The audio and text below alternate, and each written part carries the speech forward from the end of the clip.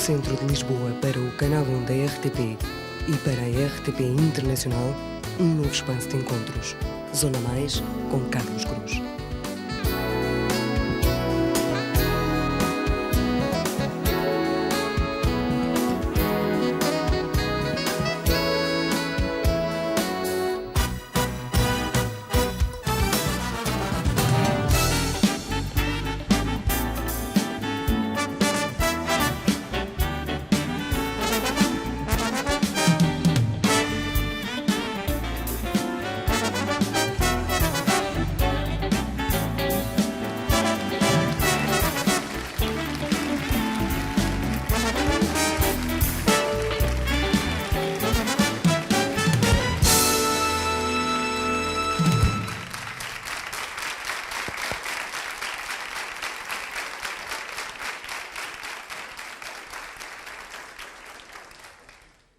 Boa noite. Já sabem com certeza que se está a preparar uma grande exposição em Lisboa, uma mega exposição aqui na nossa capital, que será a Expo 98. Expo 98, que não será com certeza em nada inferior à dos anos anteriores e que, por mega coincidência, vai ser inaugurada no mesmo ano em que se realiza.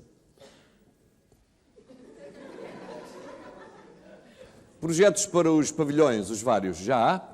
Agora são precisas ideias para saber o que é que se há de meter dentro desses pavilhões. Zona Mais sugere, por exemplo, a Feira Popular de Lisboa.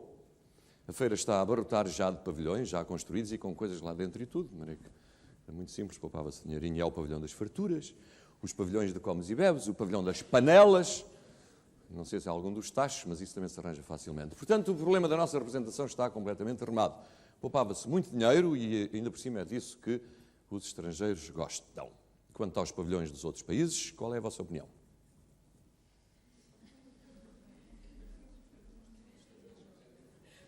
Muito esclarecedor. É que há lugar em Portugal para praticamente todos os pavilhões dos outros países. Por exemplo, onde é que se punha o pavilhão de Cuba?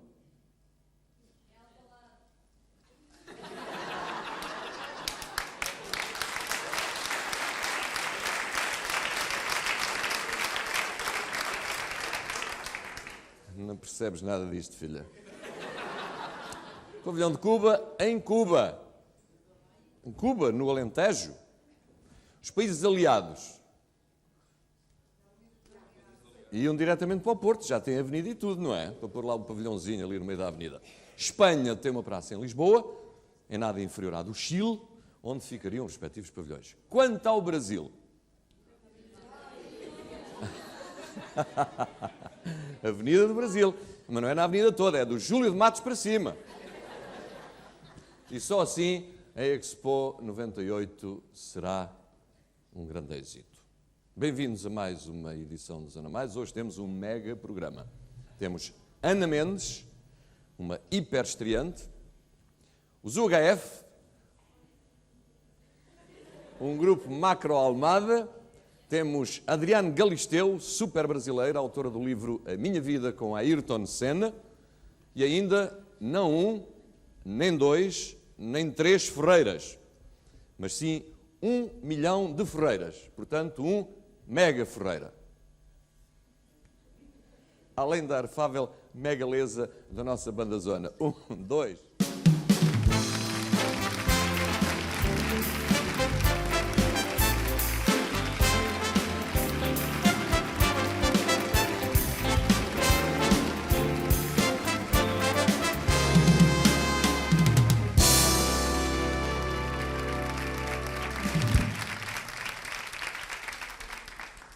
Chama-se A Minha Vida com Ayrton Senna, escrito por Adriane Galisteu, que mundialmente ainda hoje será conhecida como a namorada de Ayrton Senna. É um depoimento reescrito, digamos assim, por um jornalista, Nirlando Beirão, segundo um depoimento gravado, pré-gravado, pela minha primeira convidada desta noite. Vamos falar com ela do livro e de Ayrton Senna. Minhas senhoras e meus senhores, Adriane Galisteu.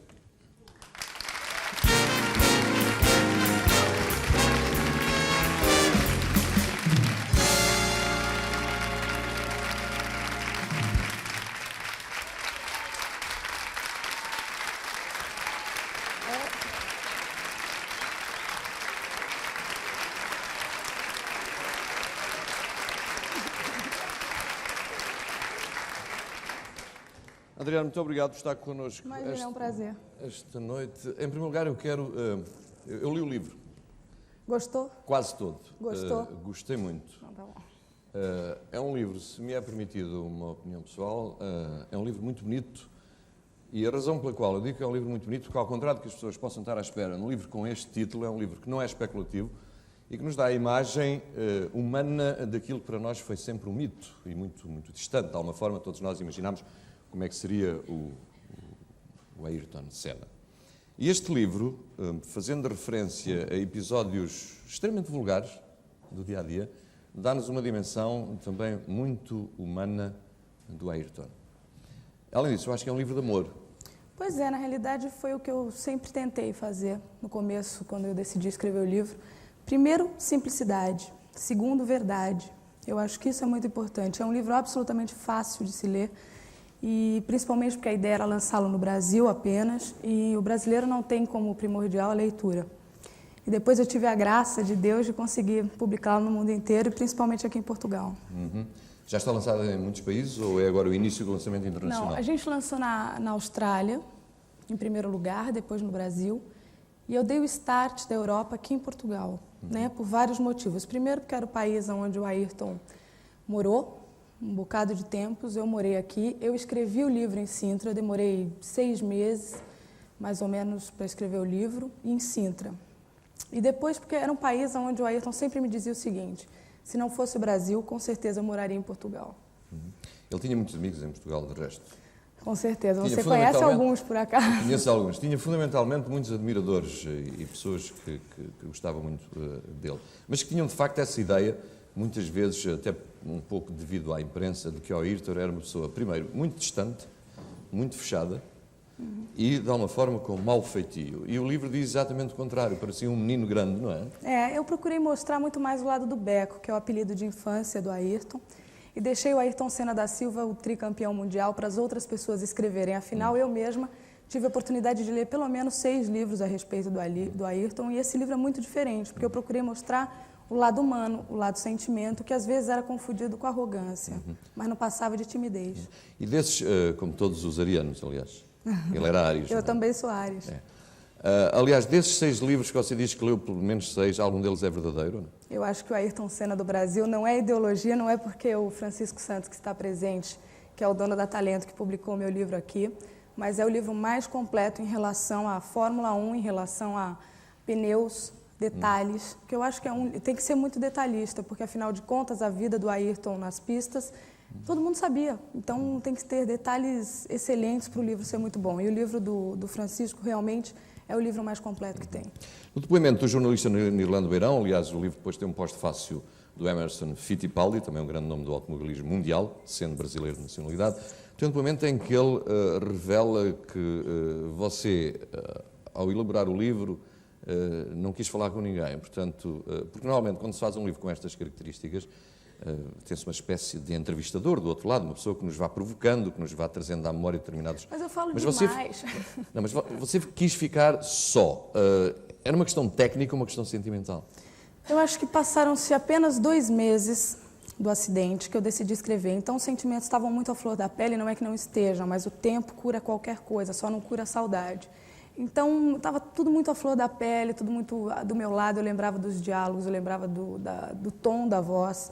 E eu queria passar isso com o maior sentimento e com a maior verdade do mundo. E foi o que eu consegui, por isso que eu procurei ficar sozinha com o Nirlando. Ele quase não me fez perguntas, foi um depoimento direto, eram 5 horas por dia de gravação. Foram 4 meses de gravações direto. E ele quase um pouco me perguntou, porque estava tudo muito claro na minha cabeça e muito junto de mim o tempo todo. Então foi muito fácil e ao mesmo tempo muito complicado escrever o livro, mas o jeito de eu falar, e eu deixava o final para o final, deixei o final para o final, o livro não é cronológico, e isso sim se deu trabalho ao Nirlando Beirão. Mas na realidade o depoimento é quase todo meu. Adriano, lendo o livro, dá a impressão que você passou pelo menos por 3 estatutos. Primeiro, a loira misteriosa na vida do Ayrton, depois a namorada do Ayrton e depois inclusive a viúva do Ayrton. Bom, hoje em dia, como é que a consideram no Brasil, por exemplo? Como é que a imprensa, quando fala de você, fala? Eu acho que hoje eu consegui conquistar o meu espaço com muita luta, e é isso que eu venho fazendo em todos os países que eu vou lançando o livro, porque eu acho que a vida continua. E viúva do Ayrton, eu acho que é uma ideologia, de repente, da imprensa. A imprensa ajudou a fazer uma coisa dessa, porque eu nunca me considerei a viúva do Ayrton. A namorada sim, a amiga sim, a amante, a mulher, mas a viúva não. Por vários motivos. Primeiro, porque eu tenho 22 anos hoje e quando estava com ele, comecei a namorar ele com 19 anos, a gente não se casou no papel. E a imprensa ajudou a colaborar para milhões de coisas e foi difícil desmistificar um segredo e tirar isso fora da cabeça das pessoas. Mas eu venho conquistando meu espaço, eu tenho hoje o respeito das pessoas e é isso que eu busco. Então hoje a Adriane é considerada sem Ayrton, hoje ela é a Adriane Galisteu. E a Adriane Galisteu continua a passar pela Fórmula 1 ou não? Não, eu estou completamente fora do mundo da Fórmula 1. Claro que eu torço muito pelos meninos do Brasil, torço inclusive pelo Pedro Lamy, que independente de qualquer coisa é meu amigo. E eu acho que mais cedo ou mais tarde a gente vai ver ele de novo nas pistas, se Deus quiser. O Gerhard Berger, por exemplo, que é uma pessoa que eu gosto muito, mas eu realmente não me interesso mais pela Fórmula 1 a partir do momento que a minha fonte de alegria era o Ayrton. E eu nunca participei do mundo da Fórmula 1, a não ser para acompanhá-lo. Então ali não é meu lugar, não. E você já sabe o que é uma embreagem? Já sei o que. Se você sabe o que é 4Gs? 4Gs é GGG. Não. GGGG, não é? Eu sei muito mais do que uma embreagem, pode ter certeza. Eu consegui aprender 4G muita coisa. é na velocidade máxima, não é? É o freio máximo. É o freio máximo, não é? É o freio máximo. Aliás, lendo também o seu depoimento e a propósito do acidente que matou o Ayrton, você reviu, e já vamos aos 4Gs, você reviu insistentemente, muitas vezes, pediu a gravação e continuou a ver e a ver. Porquê? Era porque não acreditava, achava que estava a ver um filme de ficção, era por masoquismo, era por, sei lá, por estar perto dele. O que é que leva uma pessoa, nas suas circunstâncias, que acaba de saber que o homem de quem gosta, o homem que ama o seu companheiro, morre ali em direto na televisão, o que é que leva a pedir a gravação para ver tantas vezes? Eu tinha algumas coisas na minha cabeça que eu queria entender, inconformidade, medo, pânico. Eu acho que não só eu, todo mundo queria entender, porque o que eu estava acostumada a ver era, de repente, depois de uma batida, ver ele bater a mão no cinto de segurança e levantar do carro. Por exemplo, ele teve uma capotagem no México, que foi horrível. Ele caiu na caixa de brita de ponta cabeça e saiu do carro como se nada fosse. Até a própria batida do Rubinho foi horrorosa e ele saiu do carro só com o nariz machucado. Então, eu esperava que isso acontecesse. Então, eu olhava 500 vezes para entender o porquê daquilo. Quem que foi? Foi erro humano? Foi limite da máquina? Antes de qualquer coisa, depois que eu vi 500 vezes, eu cheguei à conclusão, que eu conto no livro, de que o Ayrton com certeza morreu na pista e que aquilo tudo era um jogo de cena. Mas para eu chegar a essa conclusão absoluta, eu tinha que ver 500 vezes e acreditar naquilo. Afinal de contas, eu fui para lá para encontrar com ele e tive que voltar com o corpo. E isso é muito duro e se você não tenta, o pior que for, tirar os traumas logo de cara, de repente até hoje eu estaria com alguns problemas em relação a isso e graças a Deus eu não tenho. Qual é a versão oficial da causa da morte dele? Olha, a versão oficial, eu procuro nem me aprofundar muito nesse assunto, tá? Eu li há pouco tempo que já saiu um laudo oficial, que foi a barra de direção realmente que quebrou, que se partiu, que estava mal colocada. Mas eu acho que a gente não pode atribuir a culpa nem à máquina, nem à escuderia, nem a Bernie Eccleston, nem a ninguém, porque foi uma fatalidade, uma brutalidade. Eu atribuo a culpa, sim, a considerações humanas, tá? Eu acho que não houve consideração com o ser humano. A partir do momento que o Ratzenberger quebrou o pescoço na pista, não se fala isso em lugar nenhum, mas ele quebrou o pescoço na pista, é nítido, para quem olhar a batida dele sabe disso, e não foi dito que ele morreu na pista. Uma pessoa que quebra o pescoço também, que eu saiba, não tem condições de estar vivo. Então eu acho que a Fórmula 1 só vai voltar a ser realmente interessante para os telespectadores a partir do momento em que ela voltar a ser um esporte, não uma máquina de fazer dinheiro. Então eu acho que isso tem que ficar claro na cabeça das pessoas. Aliás, na noite entre sábado e domingo, entre a morte do Ratzenberger, que julgo que hoje é oficial que ele terá morrido na pista, e a realização do Grande Prémio, o Ayrton falou para você. Falou. E chorava. Eu ouvi chorar várias vezes. Ele era uma pessoa, apesar de toda a força e a fortaleza que ele era nas pistas, ele era muito frágil. E eu ouvi chorar, mas ele chorava um choro muito diferente, um choro franco, um choro de uma criança desesperada. E falou, eu não vou correr. Eu nunca tinha ouvido na vida, eu acho que ninguém ouviu, o Ayrton falar, eu não vou correr. Aí, por um momento, até falei para ele, o quê? Não vai ter corrida? Porque eu achei que a corrida fosse cancelada. Ele falou, não, vai ter corrida sim e eu não vou correr. Isso foi de tarde. À noite ele já me ligou mais calmo, mas a voz dele era um fiapinho, assim. Aí ele disse que, não, eu vou correr sim, eu vou ganhar a corrida. E mandou fazer uma bandeira da Áustria em homenagem ao Ratzenberger. Ele tinha certeza absoluta que a corrida ele iria ganhar. Mas ele teve uma frase que a mim me impressionou muito e que é a revelação de que, de facto, a Fórmula 1, conforme você dizia muito bem, deixou de ser um desporto, um esporte, como você diz. Desporto. Um desporto, Ele diz uma frase, você não conhece eles, o show tem que continuar. O show tem que continuar. Eu acho que o Ayrton tinha a consciência disso e acho que todos os pilotos de Fórmula 1 em geral têm a consciência de que, infelizmente, o dinheiro fala mais alto e que a própria circunstância da história fala muito mais alto do que a vida humana. Então, por A mais B, eles provam de que o piloto realmente não aconteceu nada com ele na pista, ele foi vivo ao hospital. A mesma coisa com o Ayrton, que ele foi vivo ao hospital e que também é um grande absurdo. O que é que o Ayrton queria alcançar na Fórmula 1? Ele tinha alguns sonhos, sim. Ele tinha o Tetra, por exemplo, esse ano, o Penta, o ano que vem, com certeza, para igualar o Fangio, e encerrar a carreira dele na Ferrari, que era o maior sonho do Ayrton na Fórmula 1, poder um dia correr no vermelhinho. Ele sempre falava isso. No vermelhinho? No vermelhinho. Aliás, ele, onde quer que esteja, terá com certeza vibrado com a vitória do Berger. O Berger com um extraordinário sentido de humor que eu não conhecia. Bom, de qualquer forma, a vida continua, você não lamenta nada do que se terá passado, das brigas que tiveram, que eu também sei que tiveram, aliás está no livro uma delas. Uma delas não, a única. Hein? A única de que você tomou conhecimento. Não, as outras então eu não sei, não foi comigo. Ele brigava com ele próprio já. Não pode ser. Não, mas isto é apenas um trocadilho, não sei se diz assim no Brasil. Trocadilho, é? Existe? Trocadilho pode ser, eu entendo, mas não se diz no Brasil. Bom, mas dizia eu que isto era um trocadilho, lamentar ou não lamentar, porque vamos ter aqui uma estreia em televisão de uma jovem cantora portuguesa que vai trazer uma canção em francês de uma grande senhora, a Edith Piaf, e cujo título é exatamente Não, eu não lamento coisíssima nenhuma, não, je ne regrette rien. De Edith Piaf, conosco em estreia em televisão, Ana Mendes.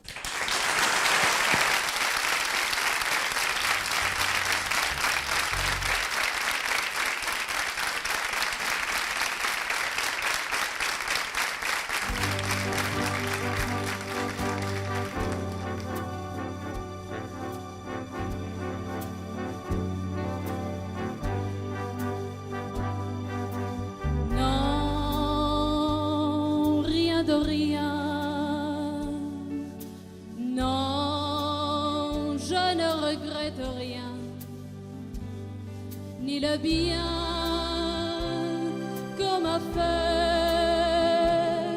ni le mal, tout ça m'est bien égal. Non, rien de rien. Non, je ne regrette rien. C'est payé, balayé.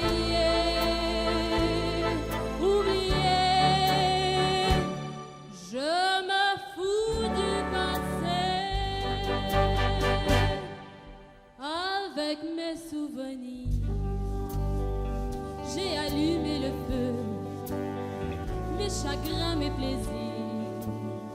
Je n'ai plus besoin de balayer les amours avec leur trémolo, balayer pour toujours. Je repars à zéro.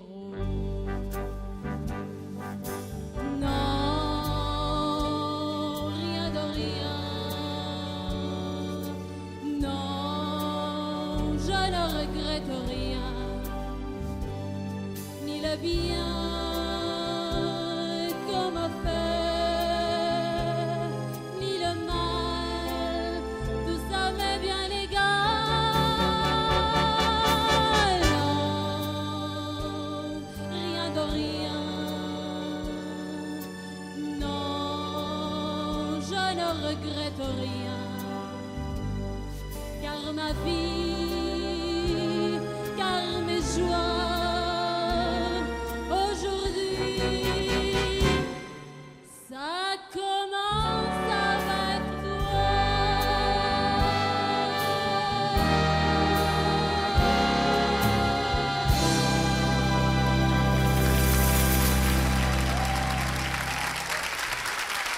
Ana Mendes.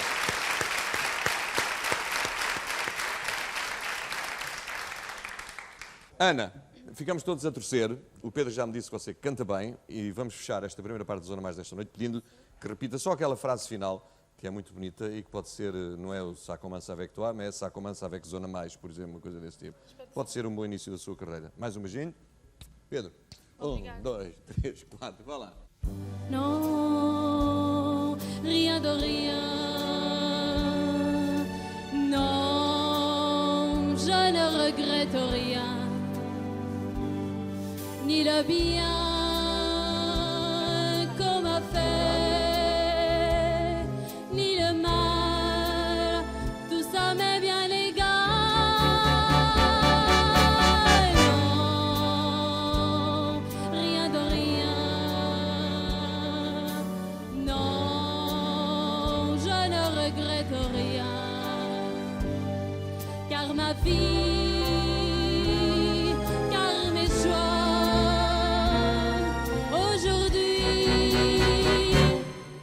ça commence avec toi.